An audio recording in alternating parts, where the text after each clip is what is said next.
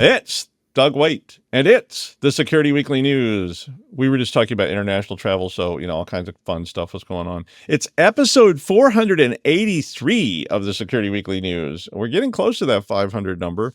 It is Friday, the 6th of June, and welcome to the show. I've got Elsa, Redline, ChaosRat, iMessage, Bladed Feline, Aaran Leyland, and more on this episode of the Security Weekly News.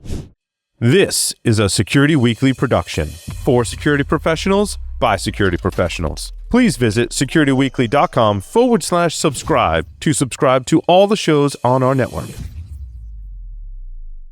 We interrupt our program to bring you this important message. It's the show that keeps you up to date on the latest security news twice a week. Your trusted source for accurate security information and expert analysis. It's time for the Security Weekly News. Imagine a world where every threat, ransomware, supply chain attacks, zero-day exploits, is stopped before it can even begin. ThreatLocker makes that world a reality with a zero-trust approach to cybersecurity. By giving you granular control on every executable that can happen in your environment, ThreatLocker protects your business around the clock. No more guessing, no more gaps, just rock-solid protection that keeps your operations running smoothly and your data secure. Discover how ThreatLocker's least privilege approach can safeguard your organization against known and unknown threats. Take the first step toward total peace of mind. Visit securityweekly.com/ThreatLocker today. All right, it's the Security Weekly News. I'm Doug White. Hit that like and subscribe button and leave a comment. Or when we get to 100,000 subscribers, Aaron, Josh, and I will dance a hula in grass skirts. So start clicking. I'm going to try to get there one day. You never know. All right. I was thinking the other day, and I've seen this kind of stuff before, but that basically that all the breaches that have happened in the world will be able to form a kind of meta database transformer and be a giant meta join, and you'll be able to find out anything about anyone. Just like hit this join and you can basically find out anything about anybody.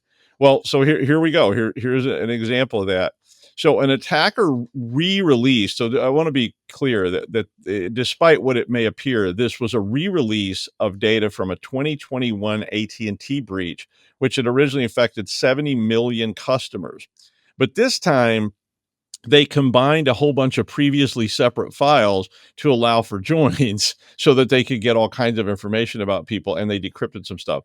So HackRead spotted this leak, and they said that it was released on a Russian-speaking forum, and the attacker claimed it was stolen in the 2024 Snowflake attack at AT&T, which exposed the call logs of 109 million customers. But it appears that the data is actually from the 2021 Shiny Hunter breach. And Shiny Hunters had tried to sell this for $200,000 back in 2021. Now, in 2023, the data got leaked. In 2024, the data got leaked for free by another party. So it's kind of got no value, but I guess the person who has the original data or has a version of the data is still trying to sell it. Now, as ever, AT&T originally denied that the data was theirs. They said, oh, no, that's no way that's ours. And then they said, well, anything is possible. And then they finally admitted that, yes, this is our data, but it's not a new breach. So I think that was why AT&T was kind of resisting saying anything, because it's not a new breach. But the new claim with this data is that they have now unencrypted the social security numbers and date of births and telephone numbers that were in some of the original data in encrypted form. And they say that they now have 49 million or so unique phone numbers in the file. But, think about it. Soon you could just have a join, right? If you had the phone numbers and SSNs and date of births, you could probably do a join across like 100 different breaches, and it becomes a composite key to make your inner join work. And I'll finally be able to get my hat size just by typing in my phone number on the dark web.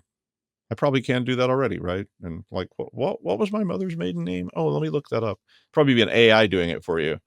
Be like Tor AI, and you just talk to Tor, who can access the whole dark web and look up all your data for you. So you never have to forget anything. Cool.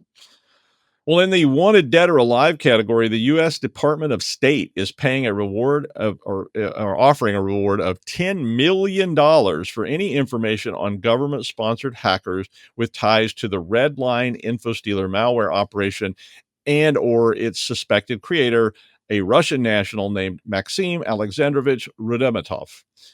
Yeah, we've heard about this group before, but now they're willing to pay you. So I was just making sure you knew about it. The same bounty covers leads on state sponsored hackers who use this malware in cyber ops targeting critical infrastructure organizations in the United States. It says, quote, anyone with information on foreign government linked associates of Rudomitov or their malicious cyber activities or foreign government linked use of Redline malware should contact Rewards for Justice via the Tor-based tips line reporting channel. And you can Google that if you're trying to find out how to put your tip in. Now, just think about this. Over $250 million has been paid out through this program, which was basically covering terrorism. And that amount, 250 million, was paid to somewhere around 125 individuals for tips. I mean, that's like 2 million on average. Well, time to drop a dime on someone. Sorry, guys. That's a dated reference. I mean, if you could even find a payphone today, I wonder what it would cost. Like $50.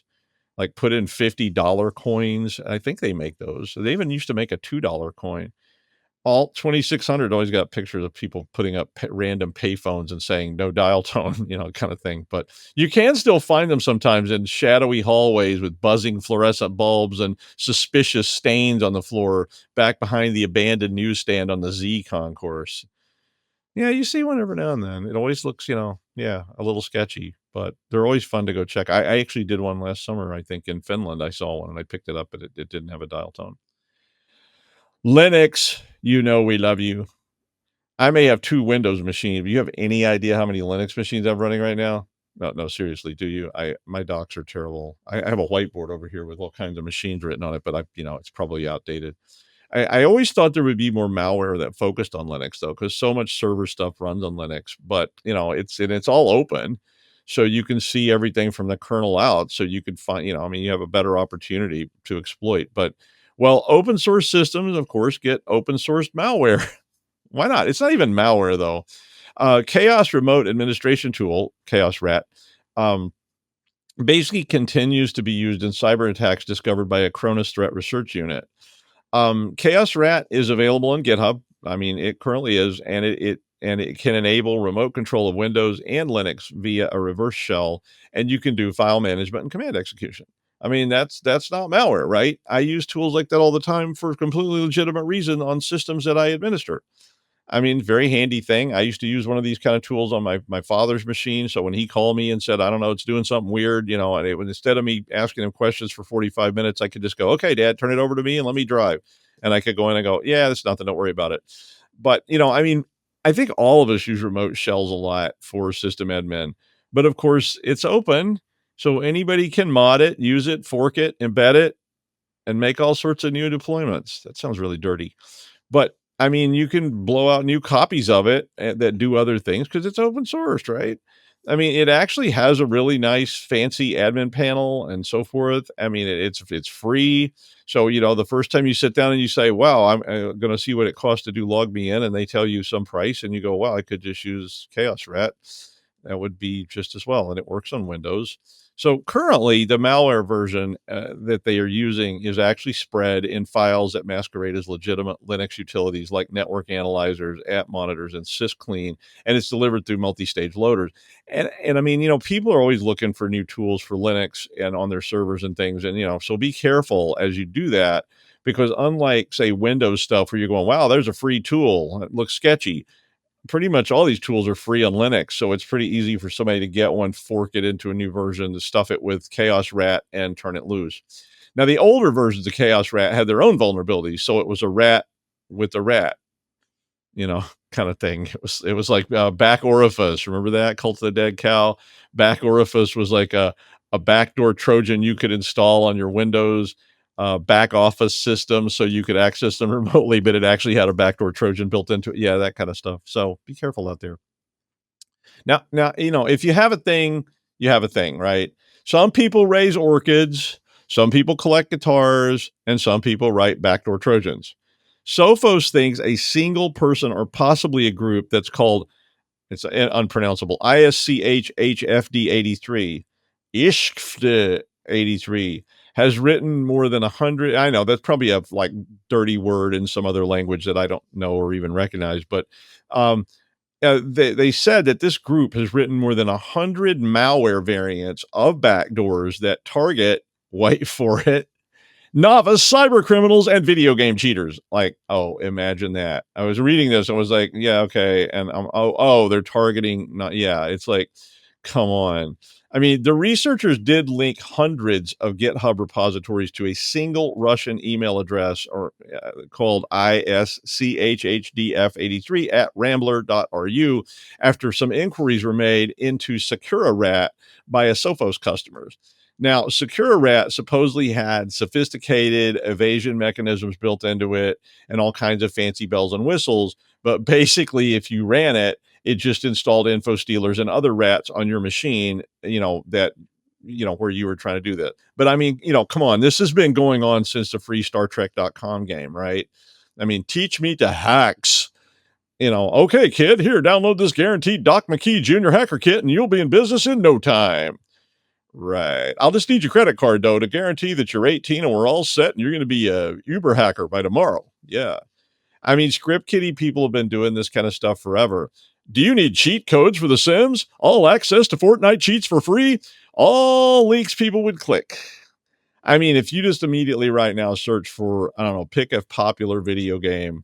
How about cracked Microsoft Flight Simulator 2025? I bet you get 10,000 links. And I'll bet you 10,000 of them have malware embedded in them because all that stuff does. So if you go to Ware's sites, if you Google or search for how to hack, teach me to hack, I mean, come on. I know none of you would do that, but your people might. It's probably more video game cheat codes than teach me to hack anymore. Usually people that are saying teach me to hack are already so abused that they realize they shouldn't do that anymore. But anyway, so be careful what you download. And, if you're looking for free stuff, whether it's Linux apps or tools or resources or free games or wares or hacking tools, be very, very, very careful. And you may want to put out notices to people about this. Like anything like that, you should always download it on a very safe sandbox that you're prepared to burn down and salt the earth after you're done with it. Because when I was looking at some of those wares things for that Antares harmonizer thing, hey, Antares, you could send me a free license, but they won't. And I was just looking at it. I had no real intention of using it. And, everything I looked at was full of all kinds of crazy malware. But if you ever want to collect malware, that's a good way to do it. An iMessage issue, which involved the nickname update feature, which sounds absolutely terrifying, has apparently been fixed. Now, the flaw, which was reported by iVerify, said that it was used to target devices of high-profile individuals such as political figures, journalists, and tech execs and government officials in the United States and the European Union. Now, I have never used this. I didn't even really know about it, to be honest.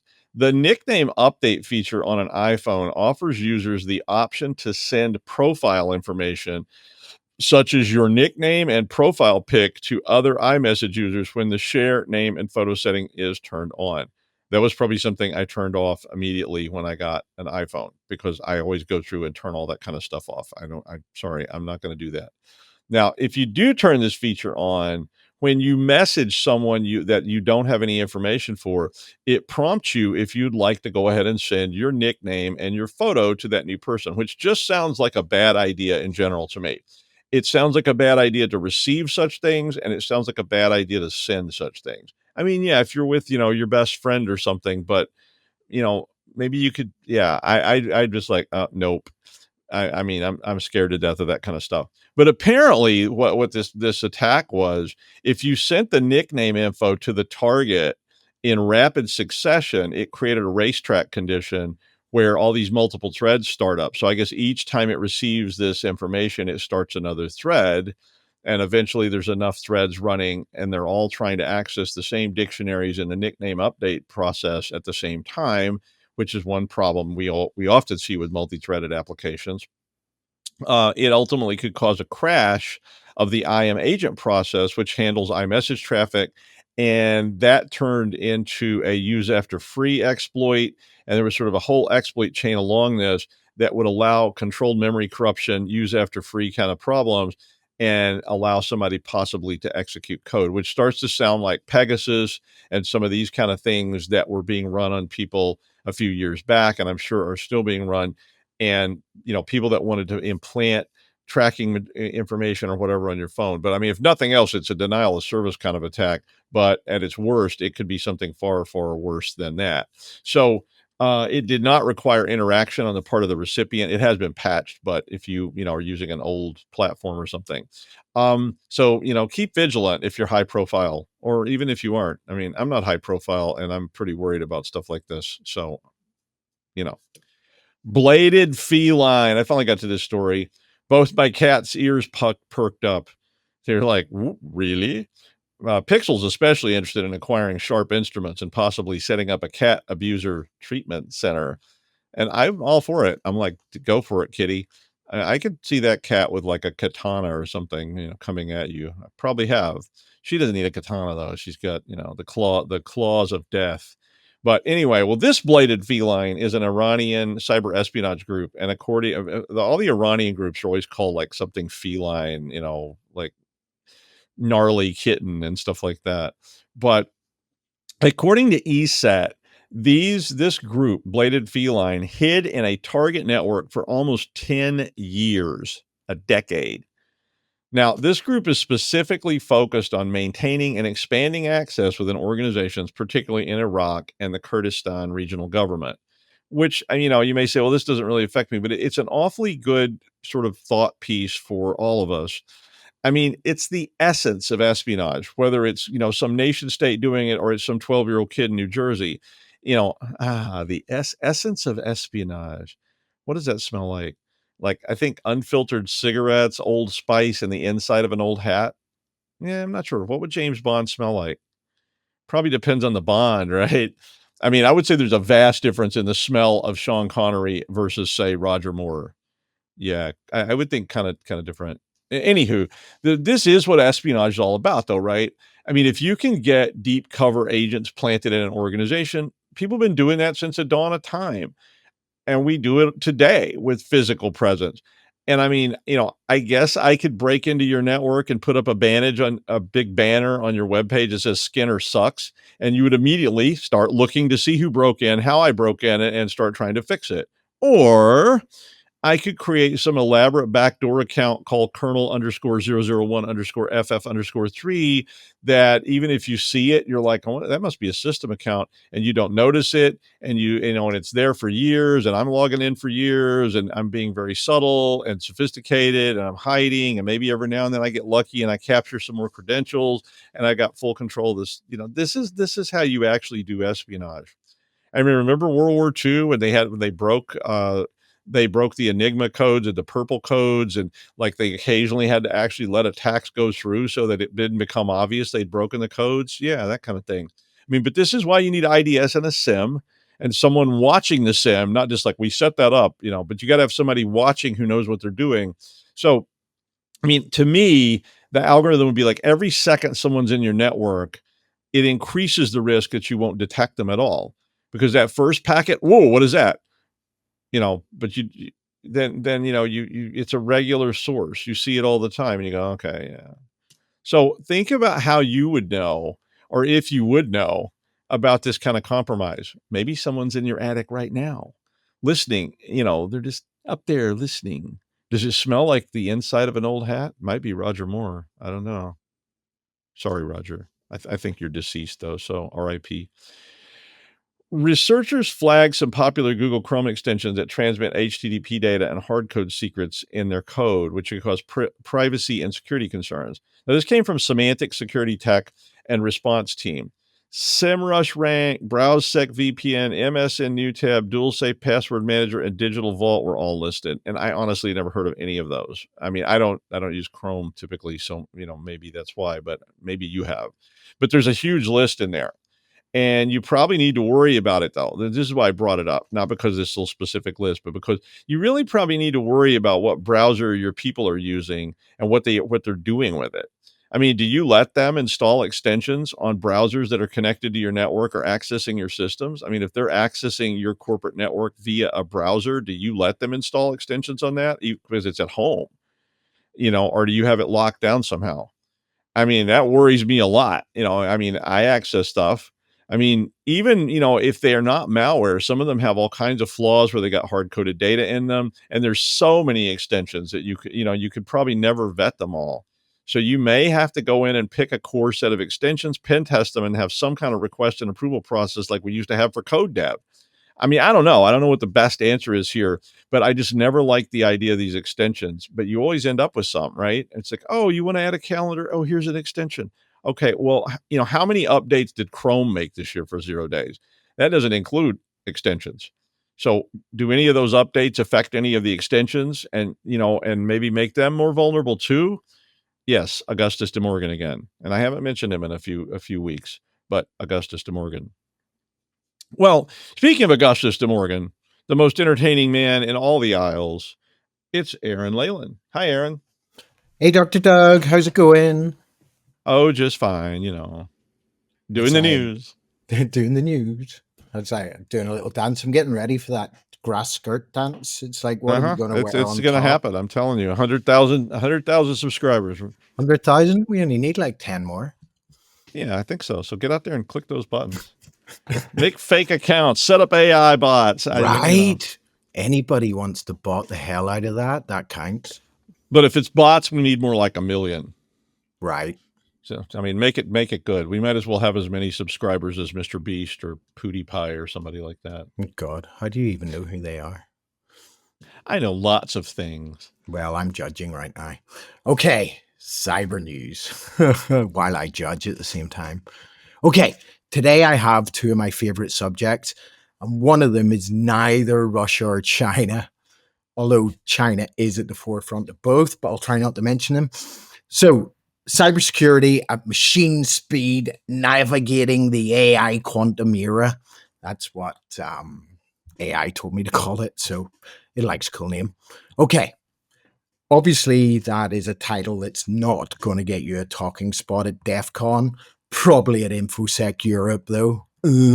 Okay, right. The cybersecurity landscape has shifted dramatically. AI isn't just a buzzword, it's operational reality. Right. Yes, I know in marketing speak, it is one of the greatest buzzwords, but forget that for now.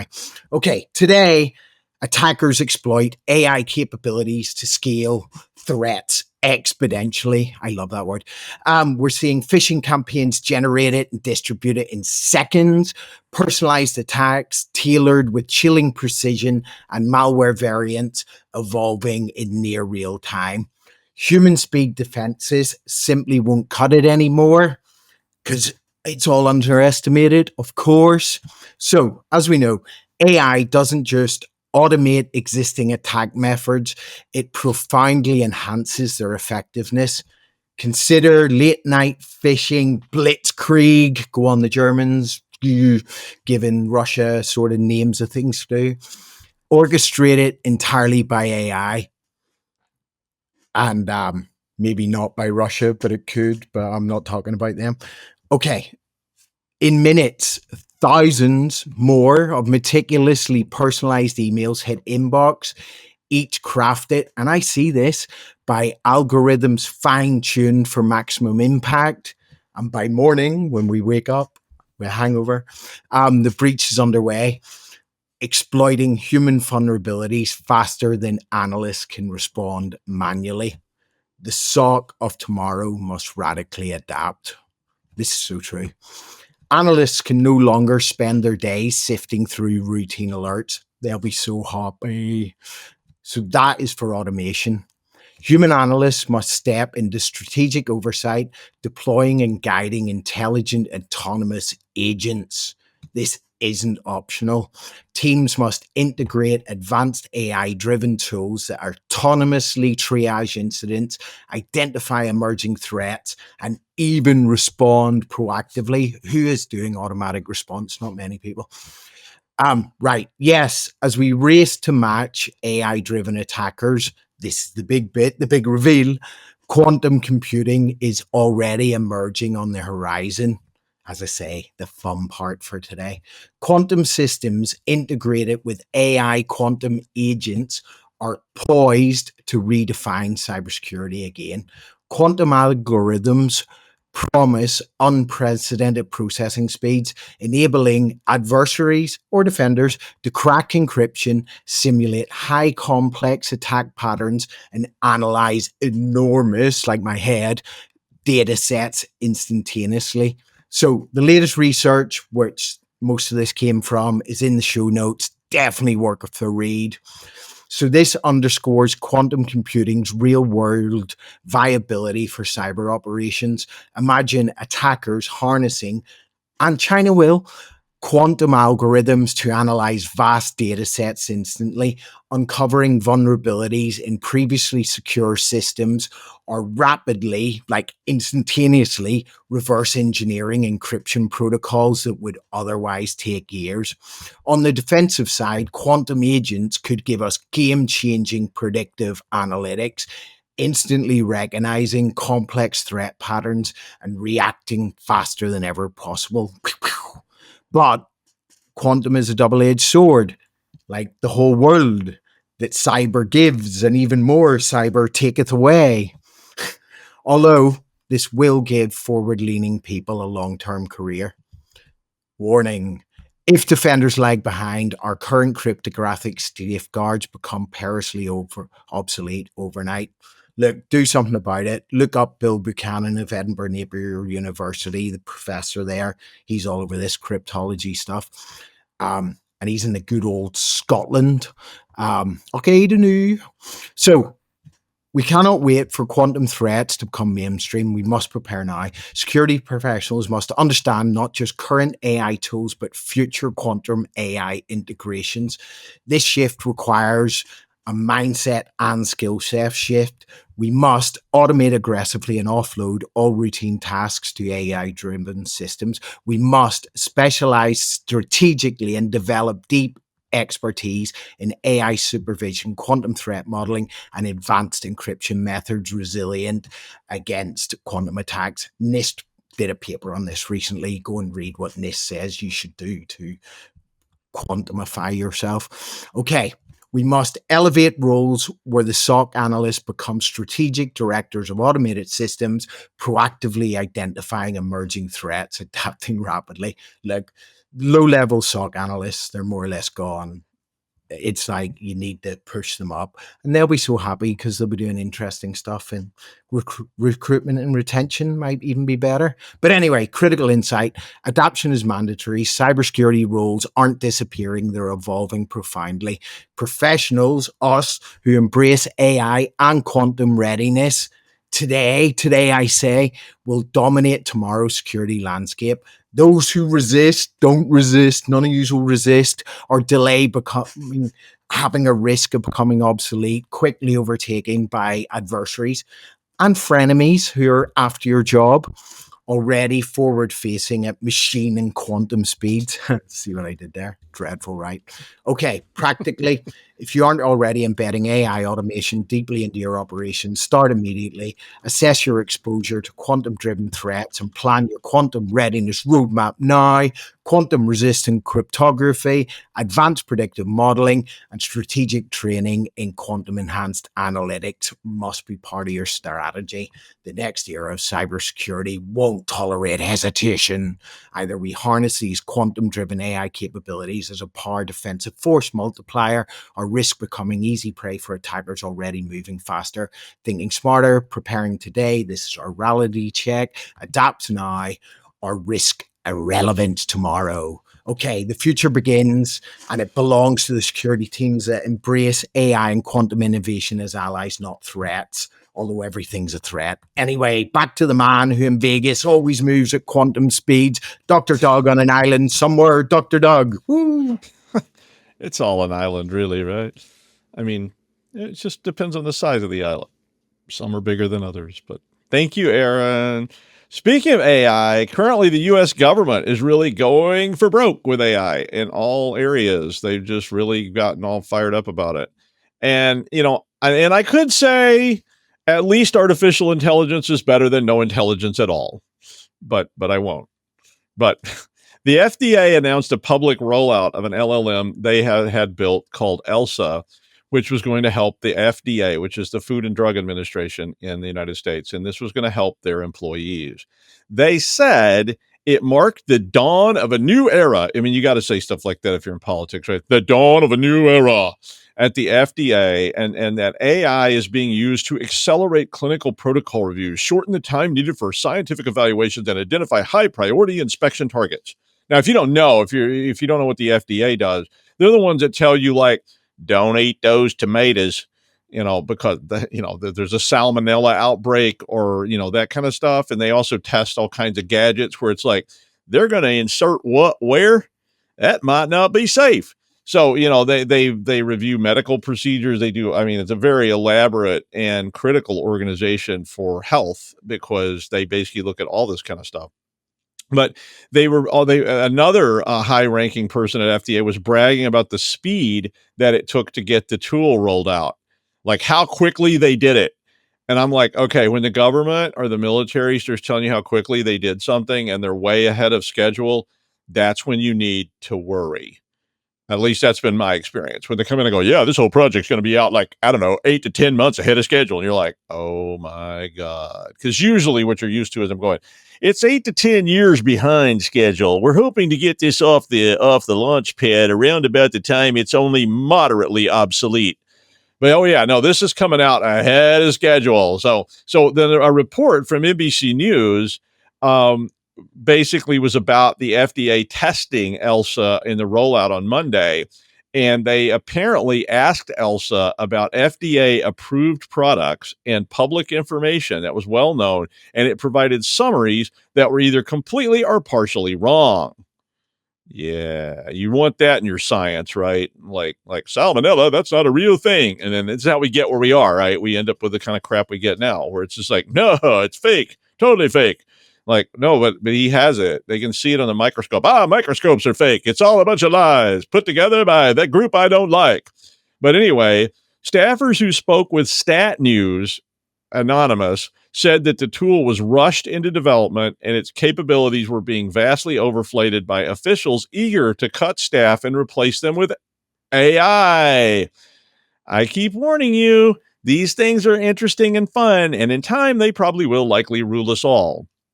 But for now, they tend to be lying like a cheap rug on a daily basis. So be really careful as you adopt, develop, buy, and roll these things out, that they're doing what you think they're doing, because they're really, really good at being confident and speaking with authority. I don't even know how many times ChatGPT has said to me, I am 100% sure. And then I'm like, no, that's completely wrong. I don't even need to test that to tell you that that's wrong. Oh, sorry, you caught me, but I am 100% sure that this other way is right. Like, no, it's not. I know we tried that before. It didn't work. They're not what you think they are yet. I mean, I just literally this morning, I saw this blinking light yesterday. This tells you kind of my world. I saw this blinking light and I thought, is that Morse code? And I decided I'm just going to see if an AI can help me with this. And so I actually videoed the blinking light and I put it into ChatGPT. And I said, I think there's some patterns in this light and they might be Morse code. It immediately leapt all over that and said, there's definitely patterns, even though it couldn't quite see the light blinks, and that they were definitely Morse code, even though it wasn't really sure. I mean, it was just literally, it was, if that's what you wanted to hear, I can now go spin. I don't think it was Morse code. It was just an interesting thing to look at. And I thought, what would the AI do with this? I think it was a short in the light, personally, but be careful out there. And that is the news. Thank you, Aaron. And we will see you next time on the Security Weekly News, unless we're replaced by AI.